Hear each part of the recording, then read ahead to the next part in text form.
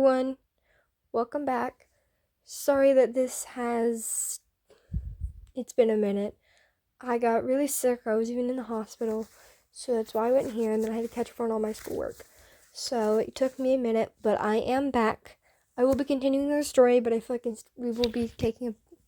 I feel like this one shot will just be a good way to get started back on reading it. Let me know if you want to see more of these one-shots or even a specific story. Remember to put it down in the comments. I'm going to put a link to the author of this fic. It's 3 in the morning. I'm going to put a link to this fic in the description, so please go check it out. Amazing writing. I haven't actually read it yet, but I'm hoping it's actually really good from the little I got from the summary. This fic is called No Bark, All Bite, but can you please give me a warning next time? What the author forgot to say earlier is that there was another rather major adjustment that allowed the quirkless population to live this long. The quirkless were extremely protective of what was theirs. Also, they were completely feral. Or, 20% of the world population does not have a special ability, a quirk. Of Japan's entire population is quirkless. 7%. As expected, their lives are hard. So they had to adjust to survive. Zuko, even though no longer quirkless, still has spent 14 years as one of them, thus has adjusted.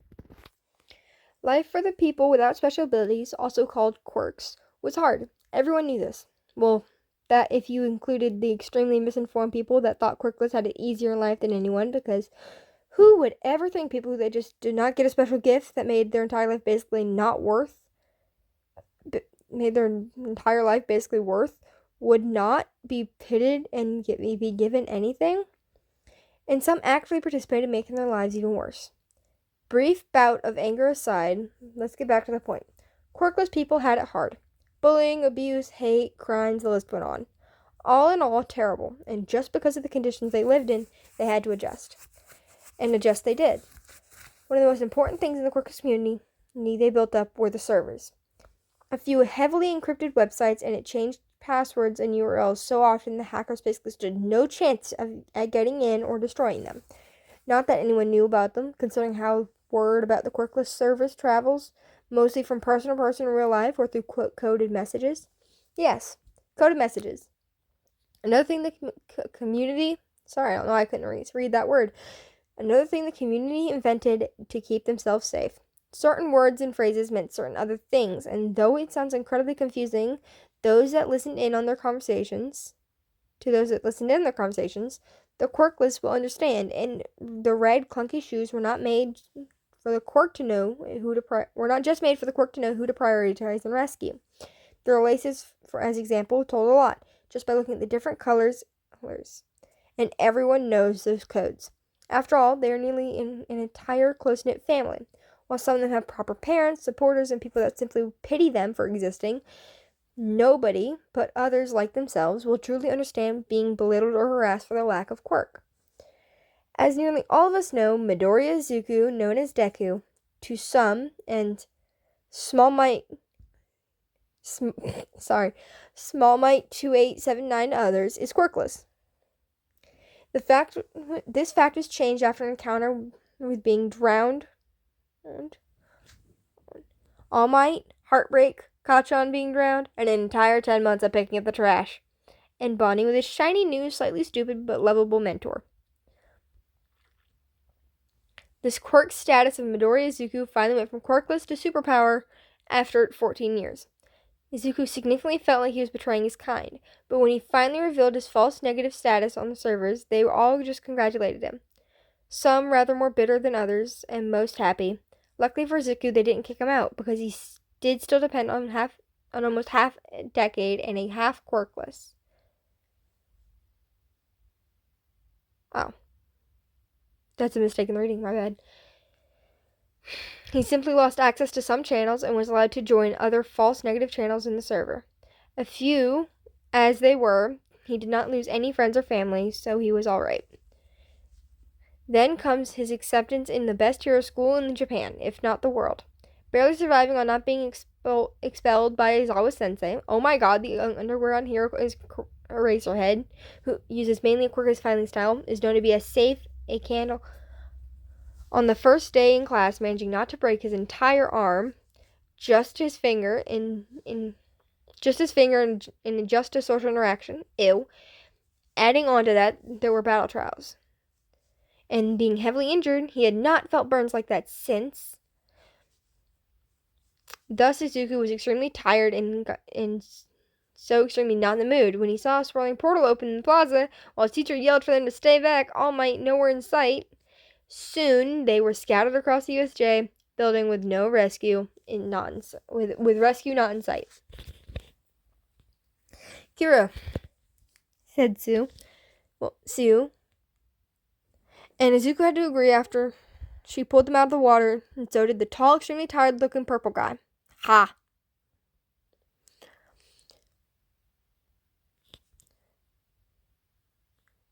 So does anyone have any ideas to get back to the plaza? Izuku started awkwardly, not used to talking to people at the slightly lost look of the purple boy. He was neither. I could swim across quickly, but I can't carry you guys, Sue croaks. And Izuku's mind starts racing even faster once the villains seem to attack the ship.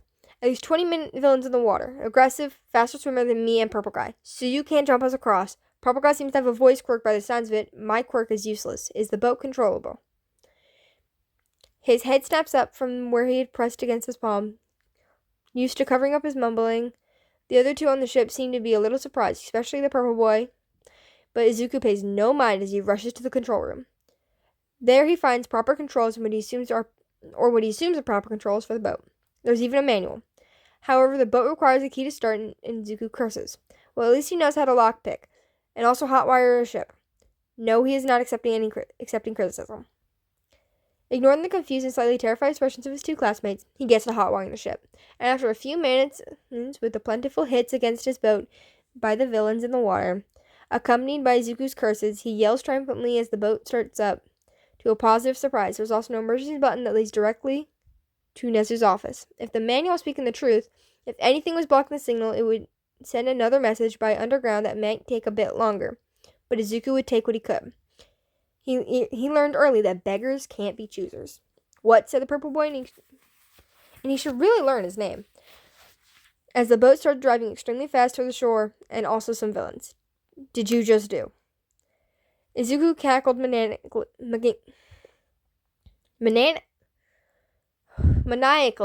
in response. None of them said anything after that except simple small talk that was slightly awkward due to Sue's bluntness and Purple Guy's Shinso's awkwardness. Soon, they ignored the screams of the villains on the way to the ship. The two arrived near shore, and unperturbed, they were watching Eraserhead beat up villains in Izuku's peripheral. He saw something move, and they watched first with awe and silent horror. Why can't I speak today? Sorry, guys. Horror, how Aizawa fought the guy covered in hands. His elbow crumbled, and the giant-beaked man was introduced as the final boss, the Nomu. Apparently, it wasn't just a man with a mutant-type quirk or any mutations, but a bioengineered creature. Izuku shivered. Quietly, he wondered whether this was why so many quirkless people had vanished over the last few years. He had heard about experimentation rings, and quirkless are known for being a null, blank slate for experiments. Then something cracked, and Eraserhead went down. Still frozen with silent horror, they watched as a Nomu bashed in their teachers. It's the nicest teacher Izuku's ever had. Head into the ground, and broke his arms like they were twigs. In the face of overwhelming power, you might as well be quirkless. Izuku flinched at the derogatory tone at the villain spoke in those words. And something bright and fiery and angry lit in him. How dare they? How absolutely dare they come on the day the class was supposed to have their very first trip and to attack them and to traumatize them for life? How dare they hurt Aizawa Sensei, the Eraserhead, the candle of light in the darkness, a lot of quirkless lives? And then they indirectly insult the ones Eraserhead had helped. He gripped his hair and glared, feeling sudden bloodlust wash over him. He shook his head to dispel the thoughts of letting the man hang head down in a forest filled with mosquitoes. No, bad Izuku. The last time this happened, he almost tore down the hero commission, and that would not have ended well. Through his overwhelming anger, he did not notice what was being said. However, he saw was a quick movement and a dusty, crusty hand reaching towards Suyu's face. He let go. What he'd forgot to mention earlier is that there's another, rather major adjustment that he allowed the Quirkus population to live this long. The Quirkus were extremely protective of what was theirs. They also were completely feral if in a bad mood or if someone they liked was being endangered. And Izuku was currently in a very, very bad mood. Izuku lunged, somehow propelling himself out of the water and not using his quirk, pounced rapidly on the approaching figure. This, of course, threw Shigaraki off on his path. He had stopped briefly, both in confusion and also to regain his balance, considering there was a now green-haired feral child crouching on his arm, digging his surprisingly sharp nails into Shigaraki's shoulder. That confusion was quickly replaced by irrational and utter terror at the feral smile on the green child's face, sharp teeth being shut off in a very unsettling, far too big smile. He acted very quickly and attempted to get off the child by shaking his arm, like one would do with a feral cat, but that only made the feral green child dig in deeper with his nails and drag them down to the nook of his elbow, throwing off one of his non-attached hands and leaving a large bleeding gashes in his crusty skin. Shigaraki totally didn't get half a heart attack and let out a shrill scream. That totally wasn't him. The hand-covered man reached out with his hand that was not occupied by the green child to dust the nuisance. The moment he did, there was a slight release of pressure on his arm and he sighed in relief, but before he let out another extremely loud shriek. The child had not let go. Instead, he had leaned over and bitten him right on his palm, so he could not reach anything with his 5 fingers, and then pulled back, still in that animalistic crouch. Shigaraki gave up at this. Kirigiri, get this feral child off of me! He screeched, and watching Sorry, I do not know what's up with me today, guys. He screeched, watching in morbid fascination as the child dug deeper, rather deeply in with his teeth into his flapping hand, and he could feel the bones break. Wait, the child couldn't bite an entire chunk of his hand, right? Kurogiri! The black and purple mist man shortly appeared and looked puzzled for a moment before he grabbed the child from behind and attempted to pull. This resulted in the child growing ferally, very much still holding onto the hand like it was some sort of chewing toy. Kurogiri attempted a few more things, such as opening a portal and cutting the child in two, but it would cut Shigaraki Tomoe in two as well. Shigaraki whimpered. Fine, what do you want? Anything, just get off of me. The child blinked owlishly before pointing at his injured teacher and still being held by the Nomu. He stopped slamming Eraserhead into the ground when the green student attacked, but still sat readily at any commands. Eraserhead, meanwhile, was still somehow conscious and looked indecisive between scolding or praising the boy. The twitch of his bloody lips revealed he was more likely to praise the boy. Terrifying. Fine, Nomu, get off of Eraserhead. The Nomu did what it was ordered and looked expectantly at the blood-covered child, who seemed to be thinking something over. Shigaraki got slightly impatient and his hand twitched to turn the child into worm food. Before he could attempt to dust the kid again, the USJ doors opened with a bang and All Might entered the building, other teachers visible behind him. Taking a brief moment of distraction as advantage, the child let go and leaped off the villain, landing by his now unconscious teacher. He bared his teeth at the two criminals, showing off a blood-smeared mouth and a proud grin. Before hissing, the child looked more like a feral cat at this point. Kurogiri, let's leave. Game over. Also, I am not going near that child ever again. Ever. Kurogiri nodded, and the two vanished in a portal after grabbing the discarded hand from earlier and accidentally leaving Nobu behind. Izuku simply laid down near his teacher and decided to fall asleep. Read. Pass out.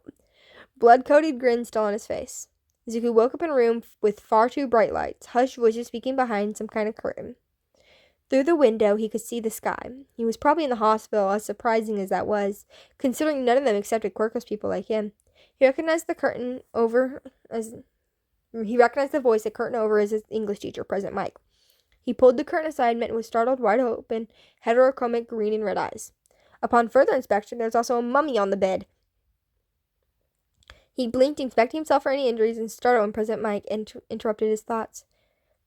"Hey there, little listener," the man said, surprisingly quiet for once. "You're in the hospital. Do you remember anything?" Izuku tilted his head, thinking. "They were on a trip, right? The USJ trip? Yeah, and then villains attacked." He sat up quickly as memories rushed back to him and grimaced at the uncomfortable feeling of unknown fabric on his body. President Mike startled as well. "Hey, it's all right. Nobody except Sho here. Your Aizawa-sensei was hurt." Izuku sagged in relief once again, now focusing on gaining his memories back properly. Embarrassment flooded him once he remembered fully and hid his face in his palms. He licked his teeth, still tasting a bit of blood at the action. President Mike looked a bit unsure of him, took a tiny step away, but Izuku gave it no mind. He has got to tell Frosty Hate for and Dev Whore what happened. The forum in general. Izuku kind of hoped he had met a hand-covered villain again, just so he could see the terrified look on him. President Mike choked it once again, and he realized he had been muttering. "Oh well. At least Aizawa-sensei seemed happy, if the slight shaking of bandaged shoulders was any say. Worth it." Distantly, he thought he could hear voices cheering for him, but that couldn't be, because it sounded like it was coming from inside his own head. He must have hit something on the way down from Shigaraki. That's the end of this one-shot. The author said they might continue this sometime, but they aren't sure yet, so. Remember to come check out and give kudos to the creator. I love this fic. This fic was awesome. The fact that he bit him, that's just really awesome to me. It's like a cat. But, yeah. So, I'm going to be, before I end this video, I'm going to be trying out a new way of posting this. Because I'm going to be using a different editing site than I had been the last 2 times I've posted. You can tell me if you liked this one better or the last one's better, editing style. Okay? Like, if you can read it or not read it, whatever. Just let me know. Remember to check out the author. Remember to check out CloudsinHead. Awesome book. Really support it. Very recent, too. Remember to come give them kudos. And I'll see you guys next time. Y'all have a great day, or night, or wherever you are. Bye, guys.